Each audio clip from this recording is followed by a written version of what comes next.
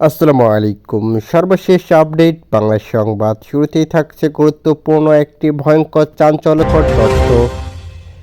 এদিকে শুরুতেই থাকছে রাষ্ট্রীয় পৃষ্ঠপোষকতা রাজনৈতিক দল হলে অন্তর্বর্তী সরকারের গ্রহণযোগ্যতা কমে যাবে বললেন বিএনপির সিনিয়র যুগ্ম মহাসচিব অ্যাডভোকেট রুহুল কবির রিজভী। থাকছে বিস্তারিত। এদিকে থাকছে বাংলাদেশের বিজয়কে নিজ দেশের বিজয় বলে মন্তব্য করেছেন ভারতের প্রধানমন্ত্রী নরেন্দ্র মোদী। থাকছে বিস্তারিত এবং সবশেষ জানিয়ে দেব।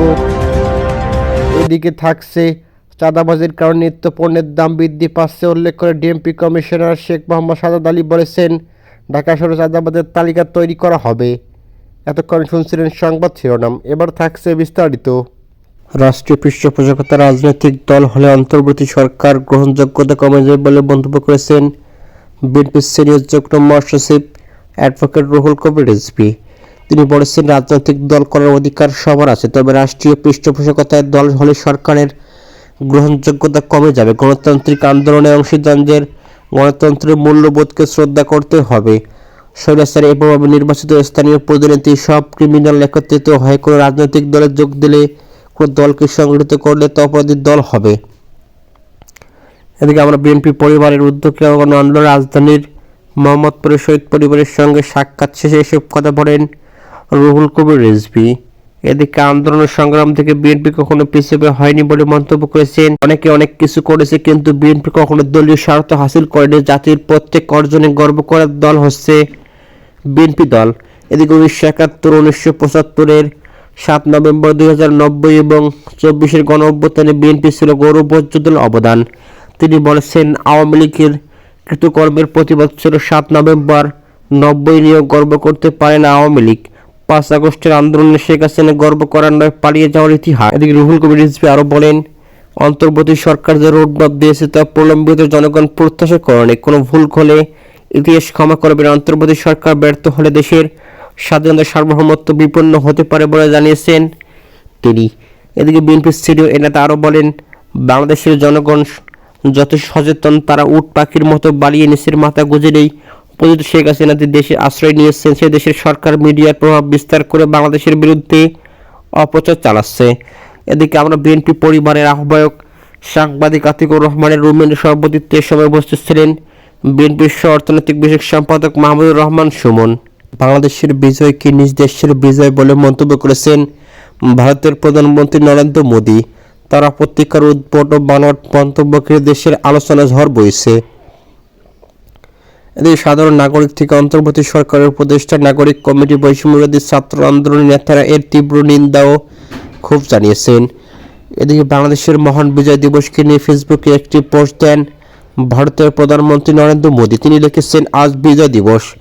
আমরা 1971 সালে ভারতের ঐতিহাসিক বিজয় অবদান রাখা সাহসী সৈন্যদের সাহস ও আত্মত্যাগকে সম্মান জানাই। তাদের নিঃস্বার্থ জীবন উৎসর্গ এবং অটল সংকল্প আমাদের জাতিকে রক্ষা করেছে এদিকে এবং আমাদের গৌরব এনে দিয়েছে। মোদী আরও লিখেছেন, এই দিনটি তাদের অসাধারণ বীরত্ব এবং তাদের অদম্য চেতনার প্রতি শ্রদ্ধাশীল জানাই।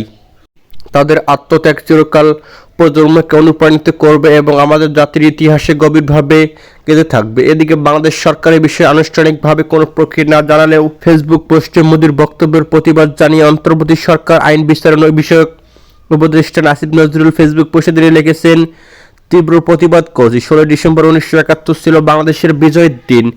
ভারত ছিল এই বিজয়ের মিত্র, তার বেশি কিছু নয়। এদিকে পোস্টের সঙ্গে নরেন্দ্র মোদীর এই পোস্টকে যুক্ত করেছেন তিনি। এদিকে বৈষম্যবিরোধী ছাত্র আন্দোলনের সমন্বয়ক হাসনাত আবদুল্লাহ ফেসবুক পোস্টে মোদীর পোস্টের প্রতিবাদ জানিয়ে লিখেছেন, এটি বাংলাদেশের মুক্তিযুদ্ধ। পাকিস্তানের বিরুদ্ধে বাংলাদেশের স্বাধীনতার জন্য এই যুদ্ধ সংগঠিত হয়েছিল, কিন্তু মোদী দাবি করেছে এটি শুধু ভারতের যুদ্ধ এবং তাদের অর্জন। এদিকে তাদের বক্তব্যকে বাংলাদেশের অস্তিত্বেই উপেক্ষিত। তিনি আরও বলেন, যখন এই স্বাধীনতাকে ভারত নিজেদের অর্জন হিসেবে দাবি করে, তখন আমি একে বাংলাদেশের স্বাধীনতা সার্বভৌমত্ব এবং অখণ্ডতার প্রতি সরাসরি হুমকি হিসেবে দেখি। এদিকে ভারতের এই হুমকির বিরুদ্ধে আমাদের লড়াই চালিয়ে যাওয়া অবশ্য সম্ভব। এদিকে এই লড়াই আমাদের চালিয়ে যেতেই হবে। এদিকে বিজয় দিবস নিয়ে ভারতের প্রধানমন্ত্রী নরেন্দ্র মোদীর যে বক্তব্য দিয়েছে, অন্তর্বর্তী সরকারের প্রতিবাদ জানাতে হবে, এমন দাবি করেছেন জাতীয় নাগরিক কমিটির সদস্য সচিব আক্তার হোসেন। এদিকে বিকেলে রাজধানীর জাতীয় নাগরিক কমিটির বিজয় র্যালি পরবর্তী সমাবেশ তিনি দাবি জানিয়েছেন। এদিকে আক্তার হোসেন আরও বলেন, ভারতের প্রধানমন্ত্রী নরেন্দ্র মোদী 16 ডিসেম্বরকে বাংলাদেশের বিজয় না বলে ভারতের বিজয় উল্লেখ করেছেন। বিজয় দিবস নিয়ে এমন হীন বক্তব্যের প্রতিবাদ জানায় অন্তর্বর্তী সরকারের অতি দ্রুত বক্তব্যের প্রতিবাদ জানাতে হবে। চাঁদাবাজির কারণে নিত্য পণ্যের দাম বৃদ্ধি পাচ্ছে বলে উল্লেখ করেছে ডিএমপি কমিশনার শেখ মোহাম্মদ সাজ্জাদ আলী বলেছেন। এদিকে ঢাকা শহরে চাঁদাবাজির তালিকা তৈরি কাজ চলমান, 2-3 দিনের মধ্যে তালিকা ধরে অভিযান শুরু হবে। এদিকে দুপুরে রাজধানীর কাকরাইল ডিপ্লোমা ইঞ্জিনিয়ার্স ইনস্টিটিউশনে পুলিশ, ছাত্র জনতা ও রমনা মডেল থানার এলাকার নাগরিকদের সমন্বয়ে মত বিনিময়ের সভায় তিনি এসব কথা বলেছেন। এদিকে ডিএমপি কমিশনার বলেন, চাঁদাবাজির কারণে নিত্য পণ্যের দাম বৃদ্ধি পাচ্ছে। এই কারণে নিম্ন ও মধ্যবিত্ত শ্রেণীর মানুষের দুর্ভোগ চাঁদাবাজ বন্ধ করতে হবে। চাঁদাবাজদের তালিকা তৈরি করতে হবে, 2-3 দিনের মধ্যে তালিকা ধরে গ্রেপ্তার শুরু হবে। এদিকে কেউ চাঁদাবাজি করবেন না, চাঁদাবাজি করলে কাউকে ছাড় দেওয়া হবে না যোগ করেন তিনি। এদিকে ঢাকার ছিনতাই বেড়েছে উল্লেখ করে বিএনপির কমিশনার বলেন, মোবাইল ছিনতাই বেড়েছে, রাস্তাঘাটে বের হলে সবাইকে সচেতন হতে চলাচল করতে হবে।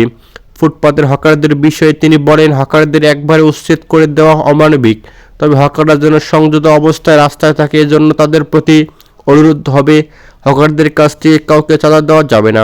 এদিকে ডিএমপি কমিশনার আরও বলেন, মোটরসাইকেল ঝুঁকিপূর্ণ বাহন, এক মোটরসাইকেলে 2-3 জন অত্যন্ত ঝুঁকিপূর্ণ। ঢাকার ট্রাফিক ব্যবস্থাকে শৃঙ্খলার মধ্যে নিয়ে আসবো, যারা রাস্তা ব্যবহার করবেন অবশ্যই শৃঙ্খলা মেনে চলবেন। ফুটপাতে মোটরসাইকেল চলাচলের ব্যাপারে তিনি কঠোর হুঁশিয়ারি দিয়েছেন। ঢাকার পুলিশ প্রধান বলেন, যানজটের মধ্যে গাড়ি চালকরা অনবরত হর্ন বাজাতে থাকেন, কিন্তু যানজটের মধ্যে হর্ন বাজালে সমাধান কিন্তু তারা বরং হর্ন বাজাবে তাদের বিরুদ্ধে শীঘ্রই